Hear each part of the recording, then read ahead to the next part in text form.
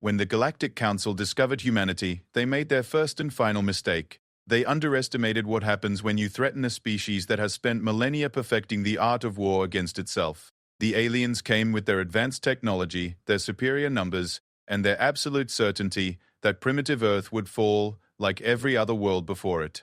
They brought 10,000 of their finest killers, each one a champion from worlds that had conquered star systems. But Earth didn't send armies. Earth didn't send fleets. Earth sent two.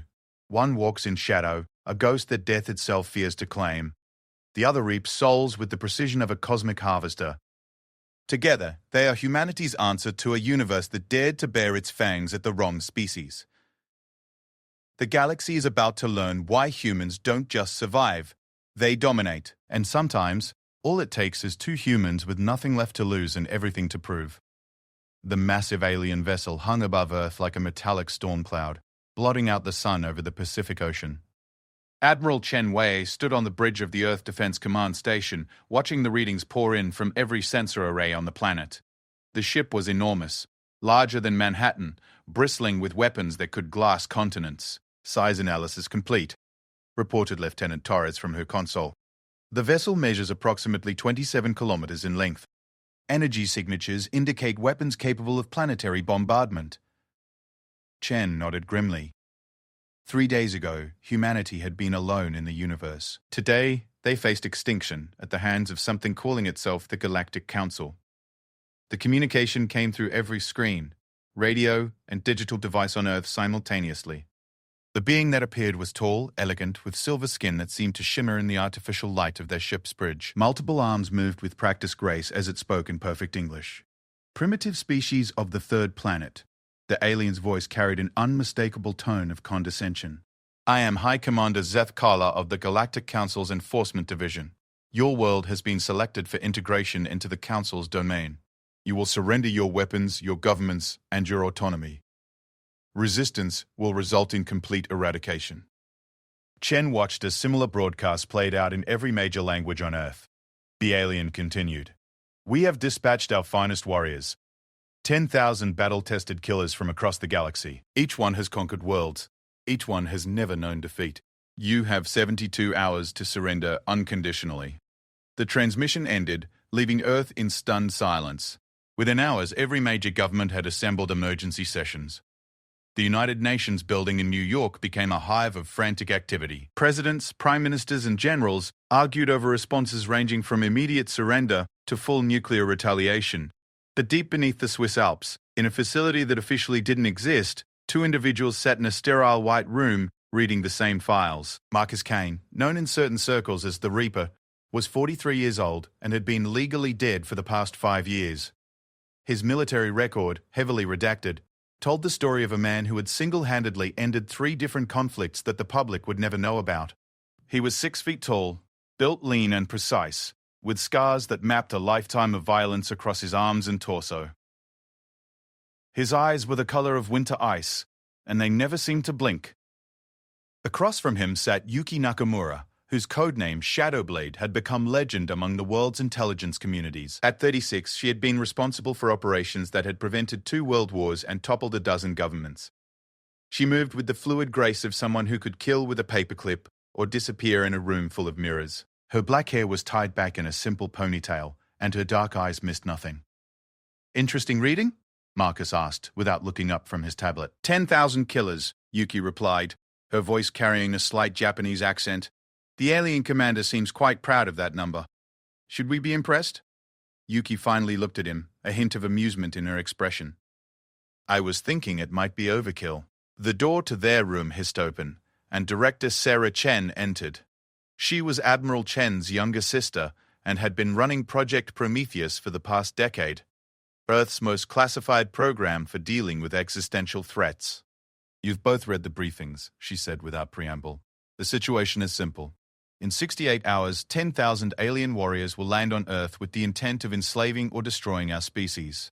Every conventional response we can mount will fail. Marcus set down his tablet. So you want an unconventional response? I want you two to do what you do best, Director Chen replied. The aliens expect armies. They expect resistance on a massive scale. They've planned for every conventional military strategy Earth might employ. But they haven't planned for us, Yuki said quietly. Exactly. Intelligence suggests their warriors are champions, beings who fight with honor, who respect strength, who understand conventional warfare. They've conquered 1,000 worlds using traditional tactics against traditional armies. Marcus leaned back in his chair. They've never fought humans, Director Chen nodded. Earth won't surrender, but we also can't win through conventional means, so instead, we're going to send them a message they'll understand. We're going to send our best. She placed 2 files on the table between them. Your mission is simple in concept, impossible in execution. When their warriors land, you will eliminate them. All of them. You'll show the galaxy that humanity doesn't need armies to defend itself. Sometimes, we just need the right 2 people. Yuki picked up her file. Equipment, anything you want. The combined resources of every black project on Earth are at your disposal. Marcus opened his file revealing detailed schematics of alien technology that had been reverse-engineered from deep space debris found over the past century. Debris that governments had hidden from the public. How long have you known about them? We've suspected for decades. These files represent 50 years of preparation for this exact scenario. Every weapon, every piece of technology, every strategy in those files has been designed for fighting an enemy with superior technology and numbers. Where will they land? Yuki asked.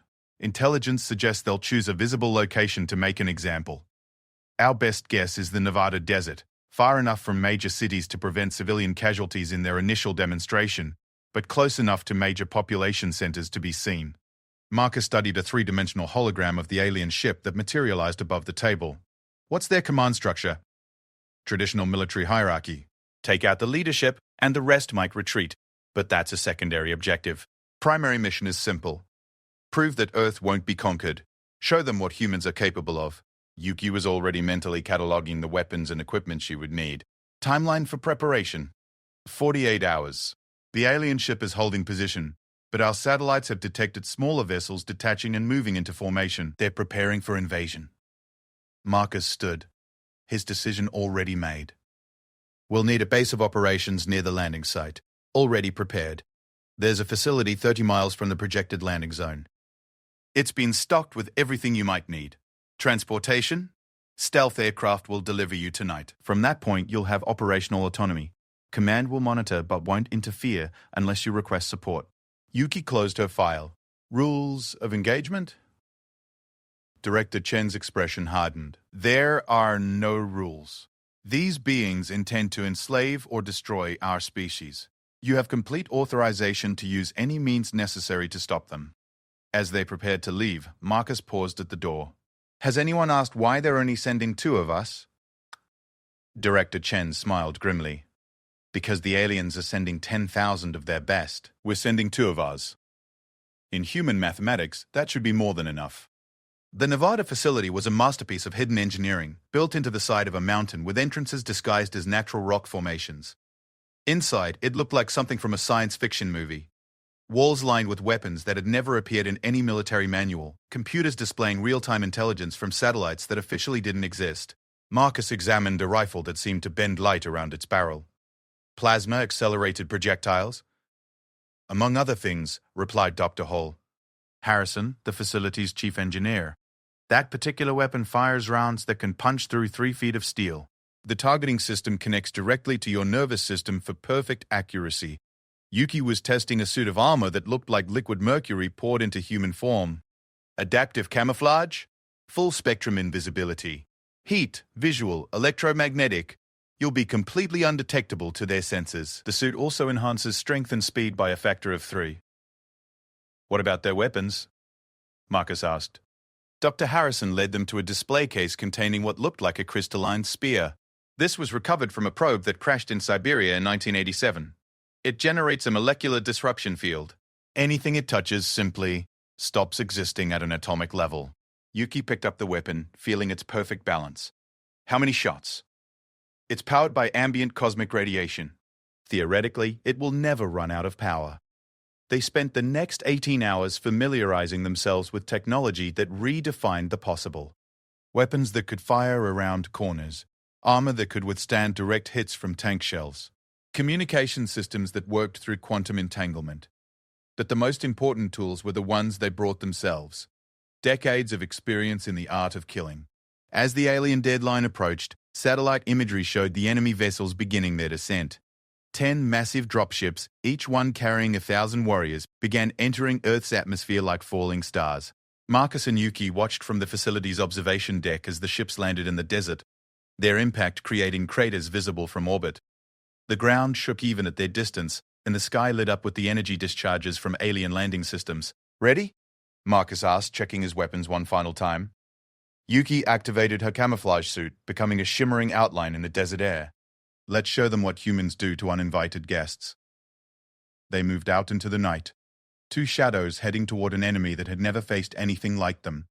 Above them, the alien ship continued its silent vigil, its commanders confident that their 10,000 champions would make quick work of this primitive world. They had no idea that Earth's entire response was walking toward them through the desert darkness. Two humans who had been forged in the crucible of Earth's endless conflicts, carrying weapons that represented the accumulated knowledge of a species that had spent millennia perfecting the art of war. The real battle for Earth was about to begin. The alien encampment stretched across 5 square miles of Nevada desert, a sprawling military complex that had materialized in less than 6 hours. Towering structures that defied human understanding of physics rose from the sand, connected by bridges of pure energy that hummed with power. At the center stood a command spire that reached nearly 1,000 feet into the star-filled sky. Marcus Kane lay prone on a ridge overlooking the complex, his enhanced rifle scope revealing details that would have been invisible to normal human vision. Through the scope's quantum processors, he could see individual alien warriors moving through the camp with purpose and precision. "Count confirmed," he whispered into his communicator. 10,000, just as advertised. 2 miles away, Yuki Nakamura crouched in the shadow of a massive crystalline structure, her adaptive armor rendering her completely invisible to the patrol that had passed within 3 feet of her position. Her voice came through Marcus's earpiece like a ghost's whisper. "I've identified 17 different species. Some are humanoid, others aren't. Technology levels vary significantly between groups." Marcus adjusted his position, studying the command structure through his scope. "This isn't just an army. It's a collection of champions from conquered worlds. Each one probably volunteered for the honor of conquering Earth," Yuki replied. "Which means they all have something to prove." The aliens themselves were magnificent in their diversity. Marcus observed warriors that stood 12 feet tall with crystalline exoskeletons that refracted the desert starlight into rainbow patterns. Others moved like liquid shadow, their forms constantly shifting between solid and gaseous states. Some carried weapons that glowed with contained energy, while others seemed to wield gravity itself as a tool. But they all shared one common trait: confidence. These beings moved like apex predators who had never encountered anything they couldn't defeat. "Command, this is Reaper," Marcus spoke into his communicator. "Beginning Phase 1. Copy, Reaper. Shadowblade, you are clear to proceed." Yuki was already moving. Her first target was a perimeter guard, a being that looked like an oversized praying mantis crossed with liquid metal. It stood at the edge of the camp, its multifaceted eyes scanning the desert for threats that would never come from the direction it was watching. She approached from directly above, using handholds on the crystalline structures to move like a spider across the alien architecture. The guard never looked up. In its experience, threats came horizontally, from other armies charging across battlefields. The molecular disruption spear slid between 2 plates of the creature's exoskeleton with surgical precision. The being simply stopped existing from that point outward, its atomic structure unraveling in absolute silence. No sound, no flash of light, no death cry to alert others. "First target eliminated," Yuki reported. Marcus had chosen a different approach. His target was a cluster of 3 warriors standing guard near what appeared to be a vehicle depot. These beings were roughly humanoid but covered in scales that shifted color like oil on water. They carried energy weapons that could probably vaporize a tank. From 800 meters away, Marcus fired 3 shots in rapid succession. The plasma-accelerated rounds moved faster than sound, faster than thought. Each projectile was guided by quantum computers that calculated trajectory, wind resistance, and target movement in real time. The first being's head simply vanished. The second warrior had time to look confused before the second round removed its torso. The third managed to raise its weapon before the final shot ended its existence. 3 down, Marcus reported. Phase 1 complete, came Director Chen's voice through their communicators. Proceeding to Phase 2. Remember, the objective is to create maximum psychological impact. Phase 2 involved what Marcus and Yuki did best: spreading terror through an enemy force that had never experienced fear. Yuki moved through the camp like death-given form. Her targets never saw her coming. A group of 4 warriors discussing strategy around a holographic map died where they stood, their conversation ending mid-sentence as the molecular disruption spear found each of them in turn. A patrol of 6 crystalline beings was walking through what appeared to be a barracks area when their leader simply ceased to exist. The others turned in confusion, weapons raised, scanning for an enemy they couldn't see, couldn't hear, couldn't detect with any of their advanced senses.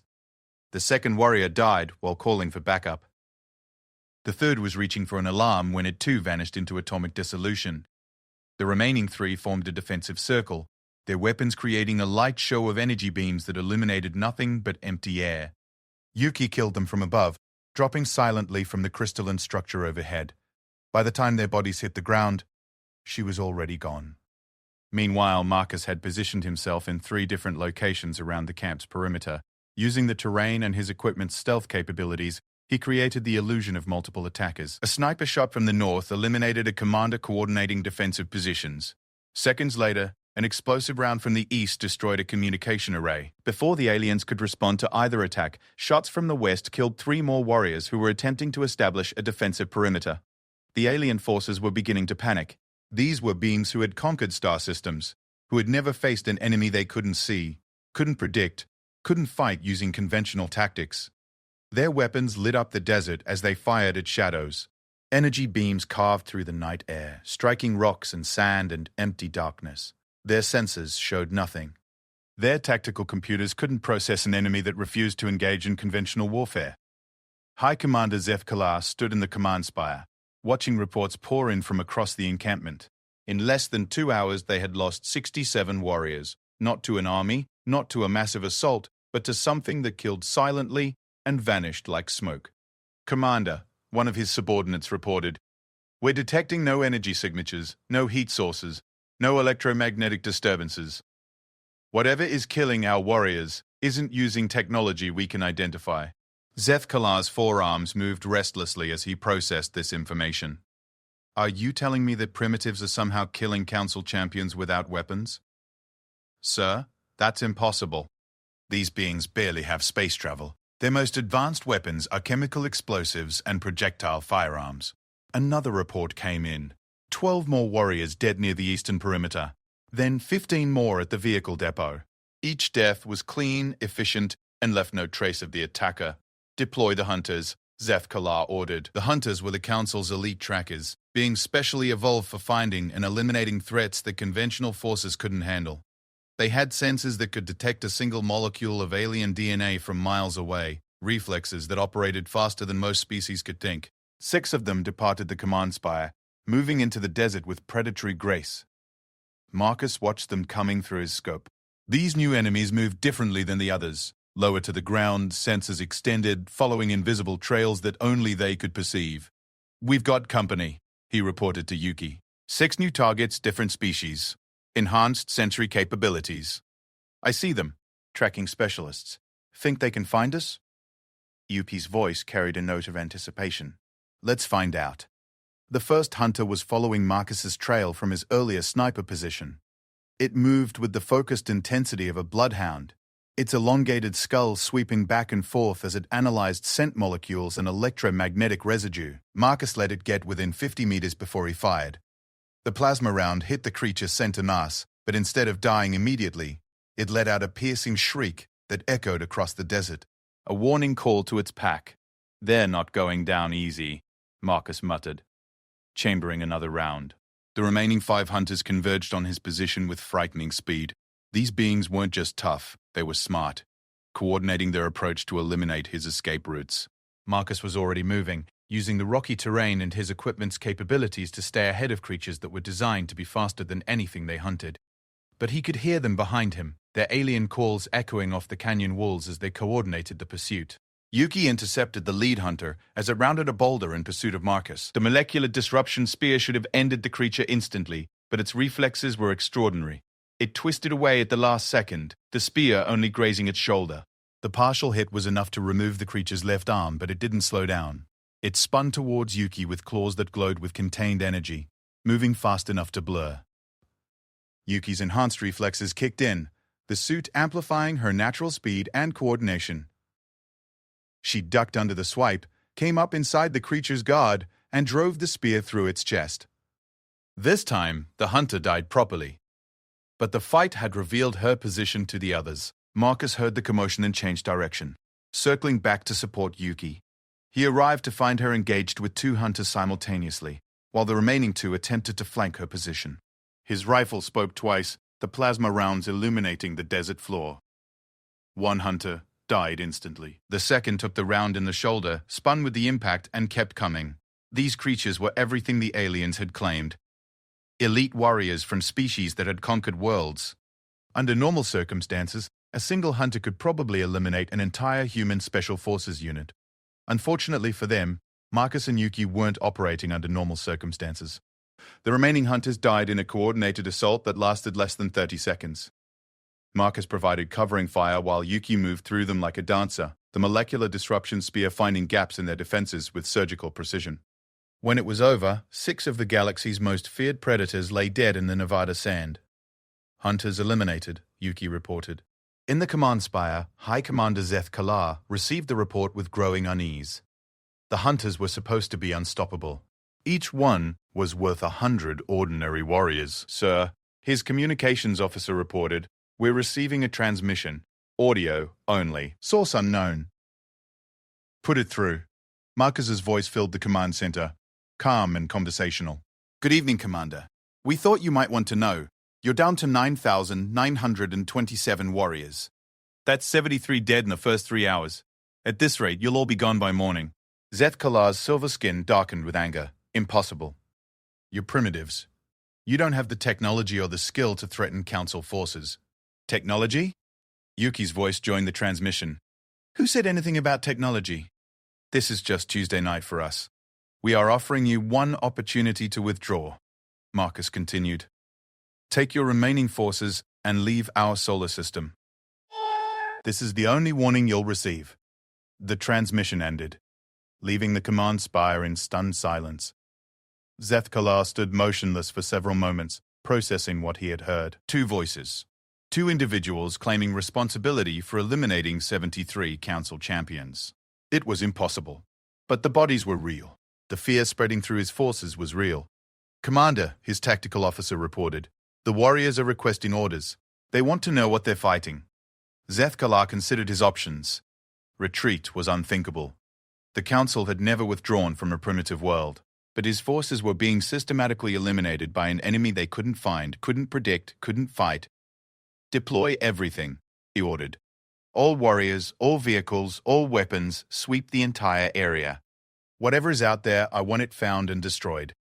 Sir, that will leave the command center with minimal protection. Do it. These primitives want to play games? We'll show them what happens when you threaten the Galactic Council." But as his forces deployed into the desert night, High Commander Zeth Kalar had no idea he was falling directly into a trap that had been designed by 2 humans who understood something the galaxy had forgotten. Sometimes the most dangerous enemy is the one that refuses to fight fair. Dawn broke over the Nevada desert to reveal a scene that would have been unimaginable just 24 hours earlier. The alien encampment, once a monument to galactic superiority, had become a fortress under siege. Energy barriers flickered around key structures, defensive positions bristled with weapons that could level cities, and nearly 10,000 alien warriors had deployed in a search pattern that covered hundreds of square miles. High Commander Zeth Kalar stood in his command spire reviewing casualty reports that made no tactical sense. In 12 hours of continuous operations, his forces had lost over 400 warriors. Not to an army, not to superior technology, but to 2 individuals who seemed to exist outside every rule of warfare he understood. "Status report," he ordered. His tactical officer, a being with 6 arms and compound eyes that could process information faster than most species could think, manipulated holographic displays with nervous energy. Total casualties, 437. No enemy bodies recovered, no equipment captured, no strategic positions taken by hostile forces. How is that possible? Sir, the enemy appears to be using unconventional tactics. They strike without warning, eliminate specific targets, and vanish before our forces can respond. Our sensors detect no technological signatures, No energy weapons, no vehicles. Zeth Kalara's silver skin had darkened to an angry bronze. You're telling me the two primitives are systematically destroying council forces using what, sticks and stones? Sir, whatever weapons they're using, they're beyond our current understanding, and their tactics. The officer paused, struggling to find appropriate words. Sir, they're fighting like predators, not warriors. The distinction was important. Warriors followed rules, engaged in honorable combat, respected the conventions that govern civilized warfare across the galaxy. Predators simply killed whatever threatened them, using any method that worked. Humanity had spent 10,000 years perfecting predatory warfare, while the galaxy had been playing by rules. 2 miles from the command spire, Marcus Kane crouched in a cave system that officially didn't exist on any geological survey. The underground network had been created decades earlier as part of Earth's Black Project's preparation for this exact scenario. Hidden supply caches, communication arrays, and weapon stores were scattered throughout the tunnel system. Ammunition status, he asked, checking his equipment. 70% remaining, Yuki replied from her position near the cave entrance. You? About the same. The plasma rounds are more efficient than I expected. They've been fighting continuously for 16 hours, moving through the desert like ghosts, appearing long enough to kill alien warriors and disappearing before retaliation could arrive. The psychological effect was everything they had hoped for. Command, this is Reaper, Marcus spoke into his communicator. Requesting current tactical assessment. Director Chen's voice came through with barely contained excitement. The alien forces are in complete disarray. Satellite imagery shows they've abandoned defensive positions and moved into purely defensive formations. Their surge patterns are becoming increasingly erratic. Morale assessment? Breaking down rapidly. Intelligence intercepts indicate widespread panic among the alien ranks. They're requesting reinforcements, evacuation, anything to deal with a threat they don't understand. Yuki checked her weapon systems. Time to move to Phase 3. Phase 3 was the culmination of everything they had worked toward. A direct assault on the alien command structure. But not the kind of assault the aliens expected. Confirmed. Beginning final phase operations. Marcus sealed the cave entrance behind them as they prepared to move out. The sun was climbing higher, which meant the aliens would have better visibility, but it also meant their command staff would be focused on coordinating the massive search operation. They moved across the desert floor, using natural terrain features and the alien forces' own blind spots. The scattered search teams were focused outward, looking for enemies approaching from the horizon. They weren't watching for threats moving through the spaces between their own units. Yuki reached the outer perimeter of the alien base first. The defenses here were formidable. Energy barriers that could stop artillery shells, sensor arrays that could detect a human heartbeat from a mile away, automated weapons that fired faster than thought. But the defenses were designed to stop armies, not infiltrators. She moved through the barrier grid like water flowing through a maze, finding the gaps that existed in any defensive system designed by beings who thought in terms of large-scale warfare. The sensors swept past her without detection. Confused by the adaptive armor that presented no signature they were programmed to recognize. Marcus approached from a different angle, using the distraction of the ongoing search operations to mask his movement. While alien warriors swept the desert looking for enemies that had already moved past them, he placed charges on key defensive installations. The explosions began at exactly noon. The first blast took out the main sensor array, blinding the alien defenders to everything happening around their own base. The second eliminated a power distribution node, causing cascading failures throughout their defensive grid. By the time the aliens realized they were under direct attack, both humans were already inside their supposedly impregnable fortress. Yuki moved through the base's lower levels like a force of nature. Her targets were specific: communications officers, technical specialists, anyone coordinating the defensive response. The molecular disruption spear eliminated them with surgical precision, leaving no trace except bodies that had simply stopped existing at the cellular level. Marcus fought his way toward the command spire using tactics that would have been considered war crimes if they had been used against humans. He didn't engage enemy forces directly. Instead, he eliminated key personnel, destroyed critical equipment, and created chaos that spread through the alien command structure like a virus. In the command spire, High Commander Zeth Kalar watched his carefully organized defense collapse in real time.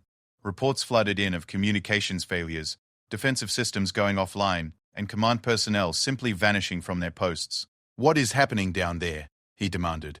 His remaining officers were struggling to maintain any semblance of order. Sir, we have multiple breaches, system failures across all levels, and casualty reports that don't make sense. Deploy the Imperial Guard. The Imperial Guard was Zeth Kalar's personal bodyguards. 20 of the deadliest warriors in the known galaxy. Each one had survived conflicts that had destroyed entire civilizations. They moved down from the command spire with absolute confidence, weapons charged, sensors alert, ready to face whatever primitive threat had somehow infiltrated their defenses. Marcus was waiting for them. The first 5 died before they realized they were under attack. Plasma rounds fired from concealment took them apart with mechanical precision. The remaining 15 spread out, using their superior reflexes and advanced weaponry to establish overlapping fields of fire.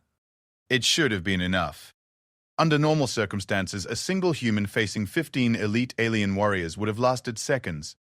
But Marcus Kane wasn't operating under normal circumstances. The underground facility had provided him with equipment that represented 50 years of human preparation for this exact scenario. His armor could withstand direct hits from alien energy weapons. His weapons could punch through any defensive material the aliens possessed, and his training represented something the galaxy had never encountered. A warrior forged in the crucible of Earth's endless conflicts, where every possible form of warfare had been perfected through millennia of practice. The battle lasted 4 minutes. When it was over, 20 of the galaxy's deadliest warriors lay dead in the corridors of their own fortress. Imperial Guard eliminated, Marcus reported. Copy that. Proceeding to command level. Yuki had reached the spire's upper levels through a different route, moving through maintenance shafts and service corridors that the alien security hadn't considered worth defending. She emerged into the command center like death-given form. High Commander Zeth Kala turned to find a human female standing 3 feet behind him, holding a weapon that seemed to bend reality around its edge. His remaining command staff were already dead, killed so quickly and quietly that he hadn't heard a sound. Impossible, he whispered. You keep using that word, Yuki replied. I don't think it means what you think it means. Marcus arrived through the main entrance, having fought his way up 30 floors of alien defenses. His armor was scarred from energy weapon hits, but he moved with the same calm precision that had marked every action since the operation began. Commander, Marcus said conversationally, we tried to give you a chance to leave peacefully. Zeth Kalar looked between them, his forearms moving in gestures that indicated confusion and growing fear. You're only 2 beings. How did you? Eliminate your entire force?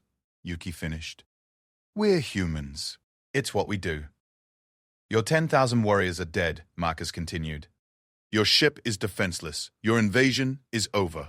The only question now is whether you leave our solar system alive or whether we add your ship to the wreckage. This is impossible, Zeth Kalar repeated. No species could. No species in your experience, Yuki corrected. But you've never encountered humans before. We're not like the other species you've conquered. Marcus activated a communicator and Director Chen's voice filled the command center. Hi, Commander. This is Earth Defense Command. We are prepared to accept your unconditional surrender. Surrender? Zeth Kalar's voice rose an octave. The Galactic Council does not surrender to primitives. Then the Galactic Council is about to learn a valuable lesson about making assumptions, Chen replied. You have 1 hour to evacuate our solar system. If you're still here after that deadline, we'll demonstrate what humans do to species that threaten our home. You cannot threaten the Council. We have fleets that could sterilize your entire world. Marcus and Yuki exchanged glances. It was Yuki who answered. Commander, in the past 24 hours, 2 humans have eliminated your entire invasion force. We used equipment that represents maybe 5% of Earth's actual military capabilities. If your council wants to send fleets, we'll be happy to show them what happens when we stop holding back. The truth was even more devastating than the threat. Everything they had accomplished had been done using experimental equipment and unconventional tactics. Earth's actual military capabilities were far beyond anything the aliens had witnessed. But we're not monsters, Marcus added. We're giving you a chance to leave. Take it. High Commander Zeth Kalar stood in his ruined command center, surrounded by the bodies of his elite guards, facing 2 humans who had accomplished the impossible. For the first time in his 3 centuries of life, he felt something he had never experienced before. The absolute certainty that he was outmatched. The Council will hear of this, he said finally. We're counting on it, Yuki replied. Make sure you tell them exactly what happened here. Make sure they understand that Earth is not interested in joining their little empire. and make sure they know that if they ever come back, we won't be as merciful. The evacuation took 47 minutes. The massive alien ship lifted off from the Pacific Ocean, its hull scarred from battles it had never fought, carrying the survivors of an invasion force that had been decimated by 2 individuals. Marcus and Yuki stood in the Nevada desert, watching the ship disappear into the star-filled sky. "Think they'll be back?" Marcus asked. "Eventually. But next time, they'll come with respect, not conquest on their minds. And if they don't?" Yuki smiled, an expression that held no warmth. "Then we'll show them why the universe should have left humanity alone." Above them, hidden satellites began transmitting the story of Earth's defense to every inhabited system within 100 light-years. The message was simple and clear.